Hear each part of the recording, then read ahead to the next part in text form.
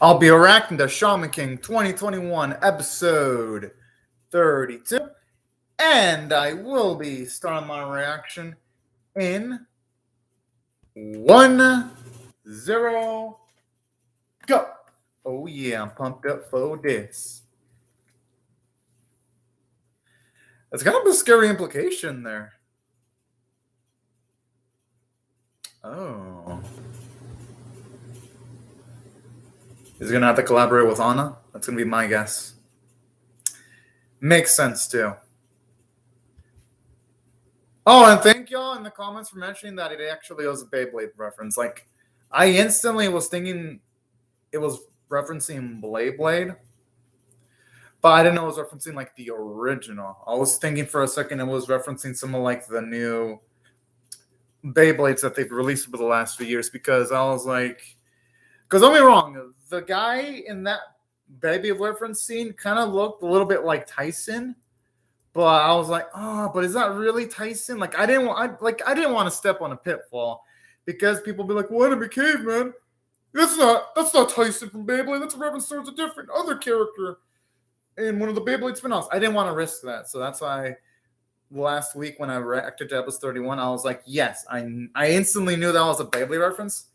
I just didn't know if that was specifically a reference to Tyson, though. Well, now I do know that it was a reference to Tyson. So thank y'all in the comment section for informing me on that. And for those of you wondering, yes, I pretty much have watched the original Beyblade, and I freaking love the music in that series. Yeah, the writing in the original Beyblade could be a little bit better, but damn, it had badass music. But anyways, back into this, though. I just wanted to, gush about Beyblade for at least a bit, because, well, just felt it was relevant considering that they had the Beyblade reference on screen again. So I sort of just had to talk about it. Right now, it is back. Oh, okay. At the very least, now they're bonding. Yeah, you better not interrupt that.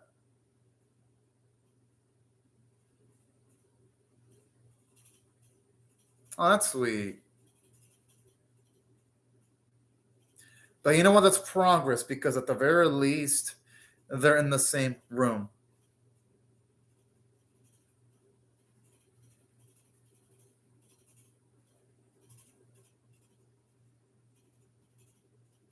I like that reference to the previous opening in the series. That's cute. Aww. That's a nice way of implementing opening 1 there. Pretty fitting that there's a love song right now. Oh, that's adorable. Although I kind of have to question Studio Bridge's priorities, though, because this dance segment is better animated than the action sequences in Shaman King 2021. Don't get me wrong, it's a funny scene, but at the same time, it kind of pisses me off a little bit about how Studio Bridge handles the series. Oh. Kind of like how he can do some cute little digs towards our girls sometimes. In a good way, though.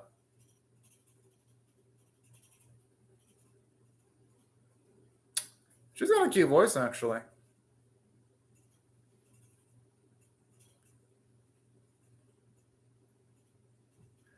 Whoa! Those are loaded lyrics there. Holy shit.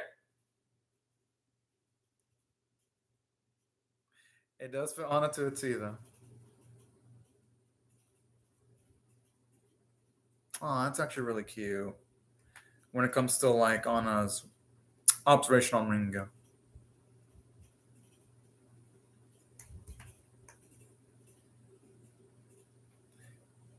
It actually is Anna to a T. Because Anna does have compassion.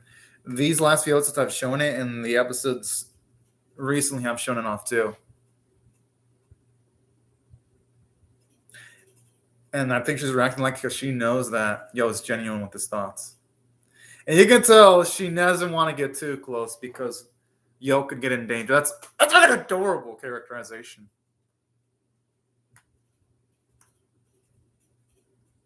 I actually like this. But he's not doing that, though. Yeah, exactly. He's not doing it. He legitimately doesn't want to make her feel better. That's not patronizing. That is...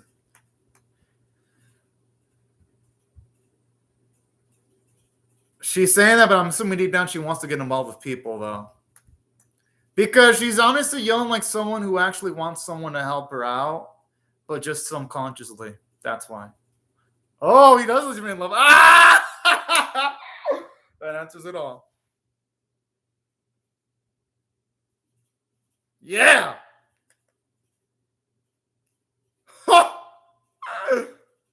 Okay, I'm actually glad how this episode they are justifying the slaps that Anna's doing. And like the first episode when she slapped Manta, that was a bitch move. I like how here they're justified though. Oh, because she's feeling it. Damn, my boy be laying fucking moves. My goodness.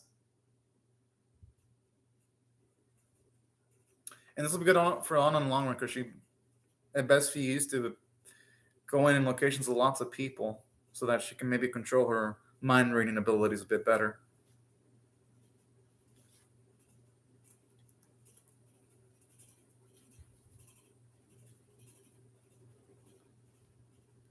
I kind of like that, the rationale as to why they declare their goals to the gods.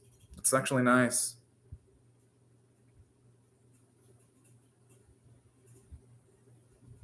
Aww. He'll kick its ass. Oh, never mind. I thought it was going to be much more. But that's a good option too, though. And I liked it because with the face Anna's making, she can tell that Yo is completely serious about what he's saying. Aww. Oh, whoa. Okay, now it gives more gravitas as to why he wants to become Shaman King. Not just because he wants an easy life and because he wants to become Shaman King and improve things, but also to help out Anna too. Oh, that's cute. And I'm assuming she's saying that because she would completely fall down emotionally if there wasn't that up between them at that moment.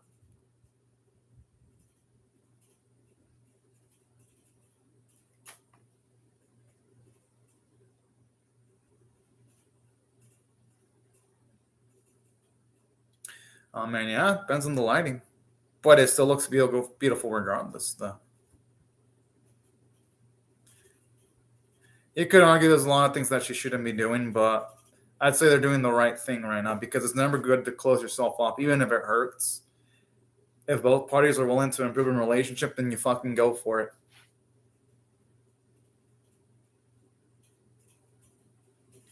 I always love his gadgets. It'll work out. It's fucking cool. Whenever he says that.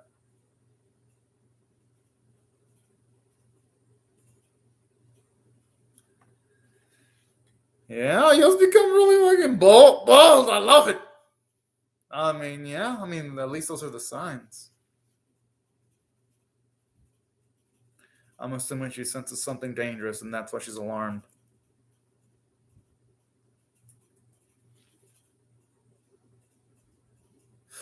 Oh, fuck. Shit.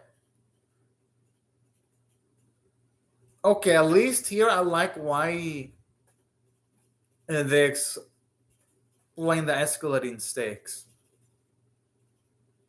I'm assuming Matsumune might die. From whatever...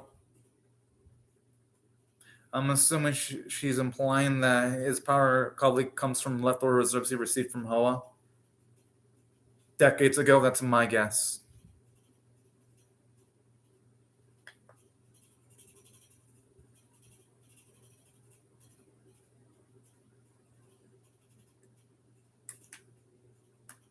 And enough, it's probably because this series has actually... Well, this arc has been 3 episodes long, so 3 days, it's actually good timing from the writing staff of the series. I'm not going to say the animation staff because so far this arc, save for this episode, has not been well animated. Just 2 well animated episodes were. I mean, not 2. I mean, 2 meh animated episodes versus this one, which so far looks good. Oh, I can't really say that yet because I still need to see an action sequence. And who knows how they're going to handle it this week. Oh, I thought it'd just be one humongous one. I think it'd be a fucking army. I guess I spoke to some of the animators. It's Studio Bridge. I shouldn't really have expected much from them. Masamune, talk about being the ultimate wingman.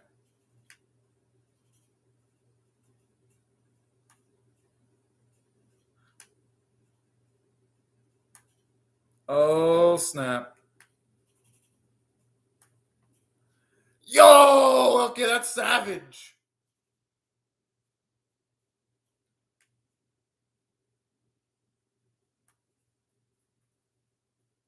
Yo, honestly, this would have been a great start to the series, too, actually. Like, all things considered, because how tense it is. Holy shit.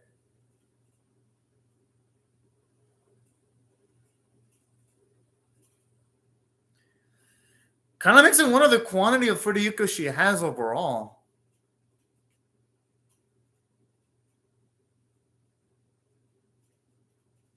I'm assuming Matsumune is going to use up the rest of his Furuyuku just to defeat that thing. That's going to be my guess. Okay, so he does not. Okay, I had a feeling it was going to be a limited supply because there's got to be a reason why he does not show up in the current episodes, even though him and Yo hit it off so well. Aww. I hope here they actually give us a well animated scene, considering this is going to be the last time we ever see. At least it's implying that it's going to be the last time they ever show off Monamute. Tsuruberge at least better fucking deliver here in this scene. For fuck's sake, if you're not going to deliver most episodes, at least deliver in the final bit involving a monumental character, you know? I can at least expect that much from Bridge, right?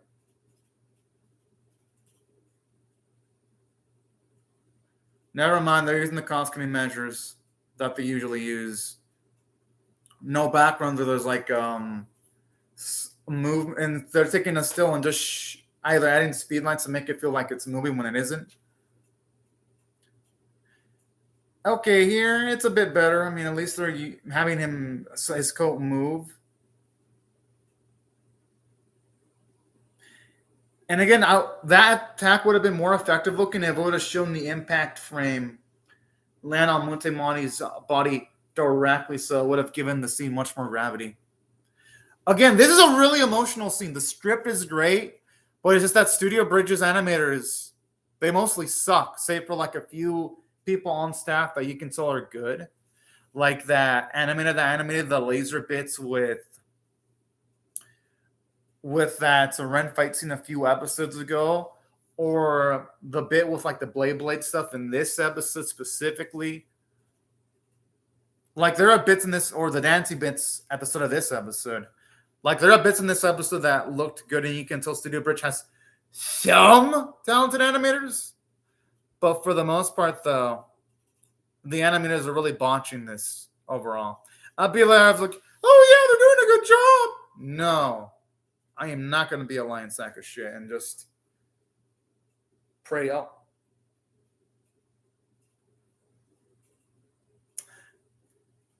Oh shit, we got a badass here. Well, I'll give it credit, the series credit though. At least the voice actors and actresses and the people in charge of the music and also the mangaka elevate this series to at least a watchable status, to its credit. I'm assuming he's going to have to use his badass oversoul. Oh, sup, you know shit's real when they have an epic track like that. Yo, that looks like the blade in the opening. Okay, so I was right about Hawa giving him a set supply of Furiyuku then. Never mind. That, okay, now that makes the bit where he's crying. Where he's crying up there, helping take down Hoa, it now makes more sense then. Well, even more so anyway.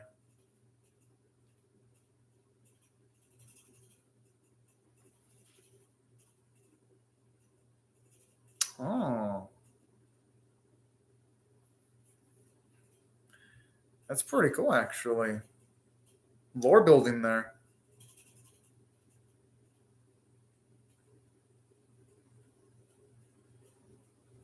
Oh. But all things do come to an end, though, eventually.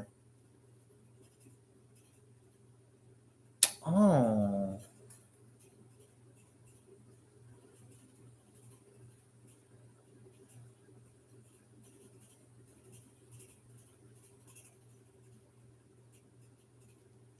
Oh, that's actually really.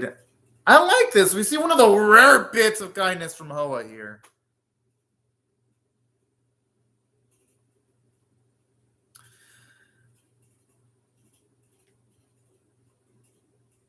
Really? A black stream with flashing lights? And now they reuse the same still twice. Again, like, the scene's emotional and all. It's just that studio bridge. It really makes it hard to take things seriously when they just fuck up almost every fight scene that they touch in this series. That's just the biggest shame because, again, like, if this would have been like amazingly animated, like the Hoa fights, this would be literally 10 out of 10 content, like straight up without thinking. This would be a 10 out of 10 episode. But it's not because, again, Studio Bridge fucking up like they usually do. And that's it. I mean, don't get me wrong, that's a cool moment and all. It does not look like it's going to be enough, though. Yeah, because its body's not dissipating.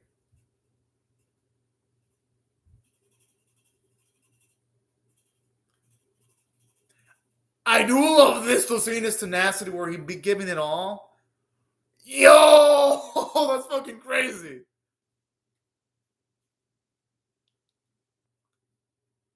I gotta admit, that's a smart ass tactic.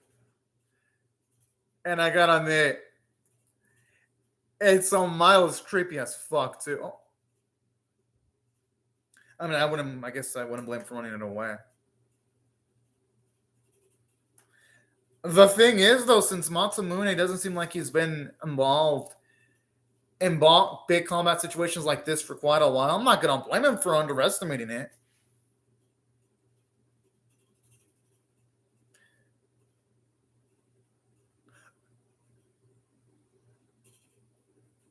Oh, gotta admit, that's fucking. Yo, we can actually talk too? Oh.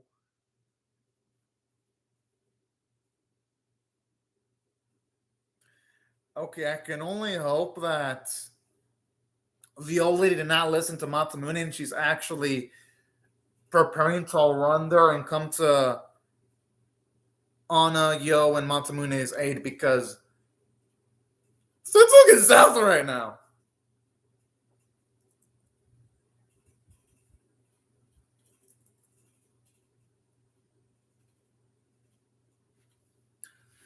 And I love how they emphasize the skull, just showing off how much smaller Anna looks in comparison to this demon too.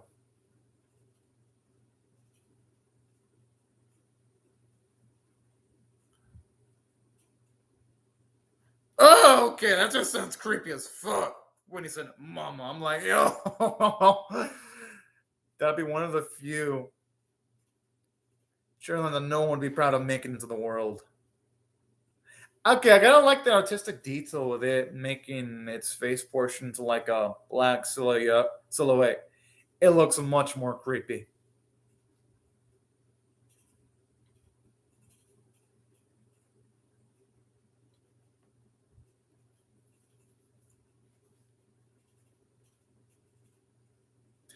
I'm assuming he's trying to dig out an even bigger demon from Anna. That's my guess. Yeah, that's what I'm thinking. And best way of doing that is provoking her, because whenever Anna doesn't have control of her emotions, she just makes more demons. Oh, I guess I was slightly off there.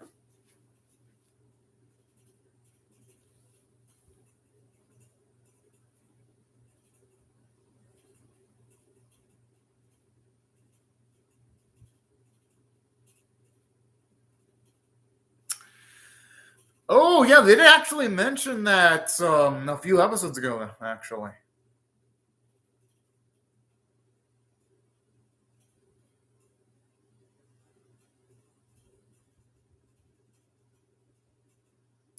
And this is what I love about Yo. Even though he's completely outmatched, he is still gonna go after that demon with Anna. That is some epic bravery there. Aww. The thing is, Matamune's not gonna rest though. He wouldn't be able to live with himself if something bad happened to Yo, potentially. And the reason why I have a feeling he's not gonna rest is because we don't see Matamune in the series. The thing is, though, Yo couldn't he couldn't have predicted this.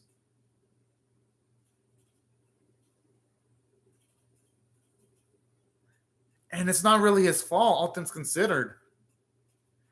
Because you know what? Eventually, Anna does have to actually go into areas of large amounts of people eventually. That's the thing. She can't be holed up forever, so this would have had to have happened at some point in time or another. But I love that though, seeing Yo be rough on himself in situations like this, though. What, is this old guy gonna be a shaman? Is it gonna be a shaman?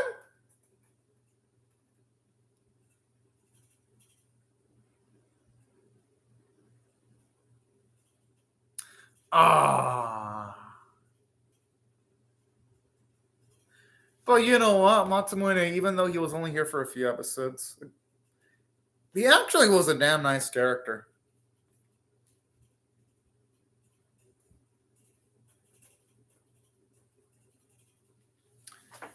All right, now that's how getting things off.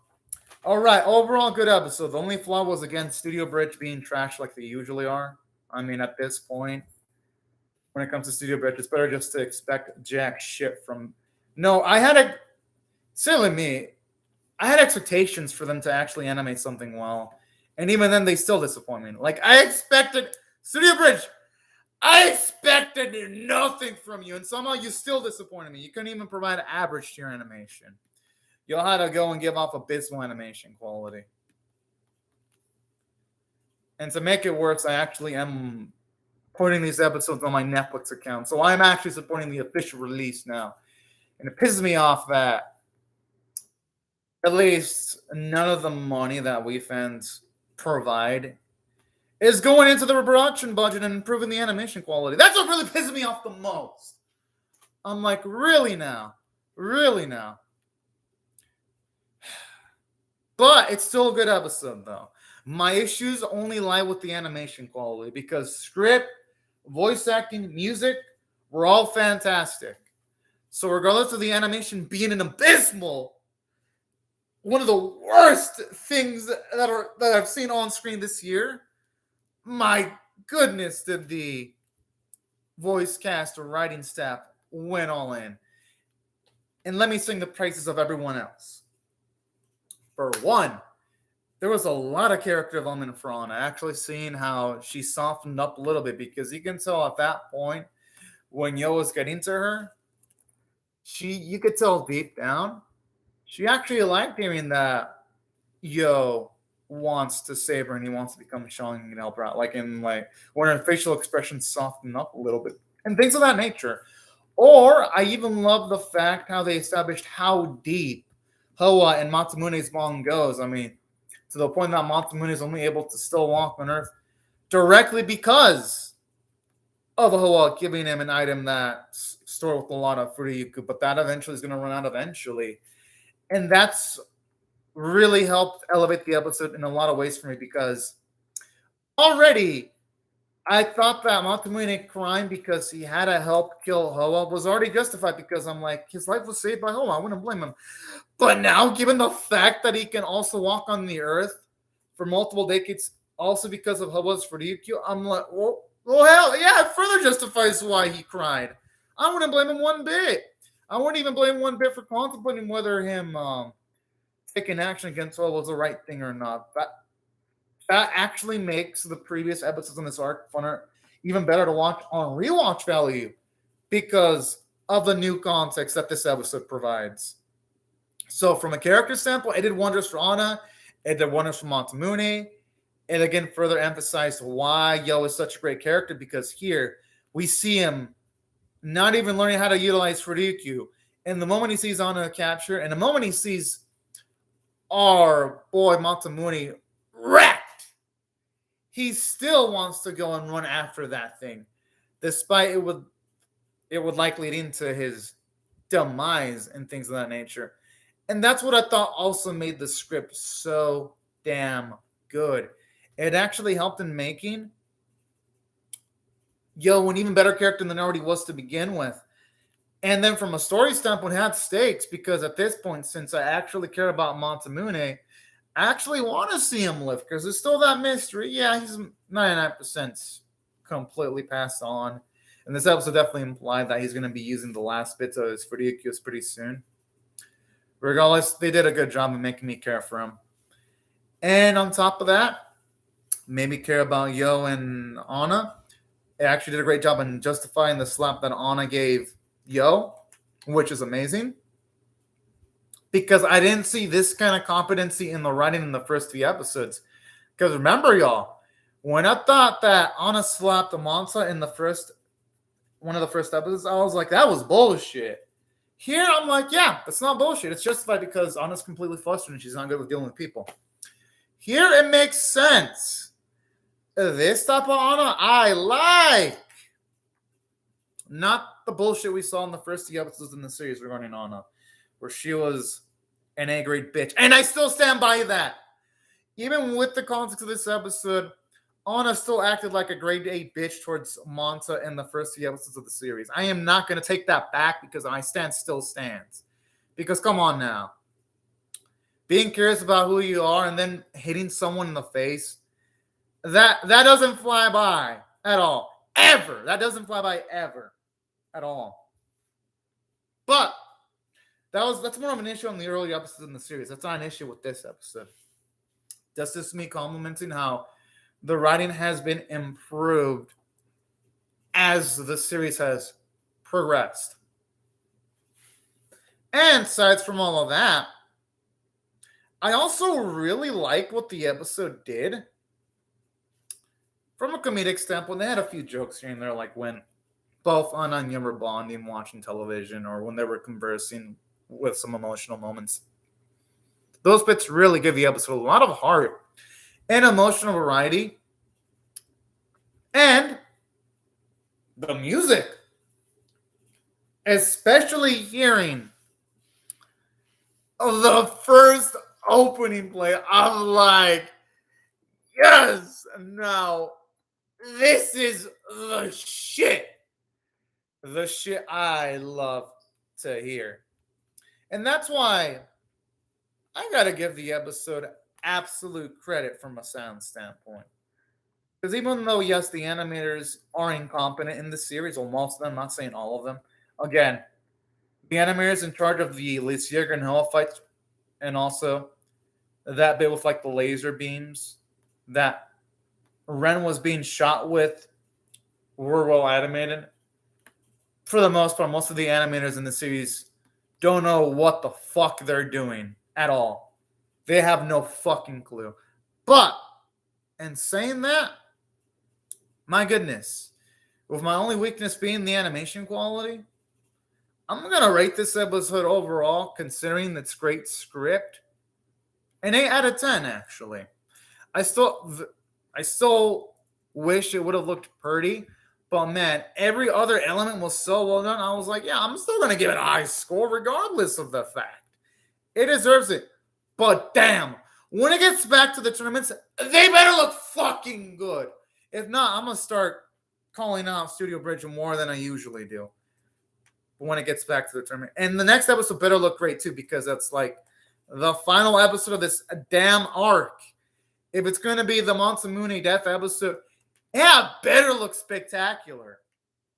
At the very least, make it look as good as the episode where Hoa killed that one lady a few episodes ago. At least it better look at that good, so that the series at least somewhat respectable when it comes from a visual standpoint. But overall, still liked the episode immensely enough to give it an 8 out of 10, despite the visual shenanigans. But anyways, y'all, these are my thoughts on the episode. I would really love to hear your thoughts on how you feel about my reaction or the episode itself in the comment section below. Hope y'all rate the video, share it, comment, or subscribe, and I will see y'all later if you come back for more, because of course I'm definitely going to be reacting to the episode 33 whenever it releases. But anyways, y'all, thank y'all very much for watching my video, and I hope y'all have a fun, great, safe, and fantastic day, everyone. But anyways, y'all, thank you so much for watching, and bye, y'all.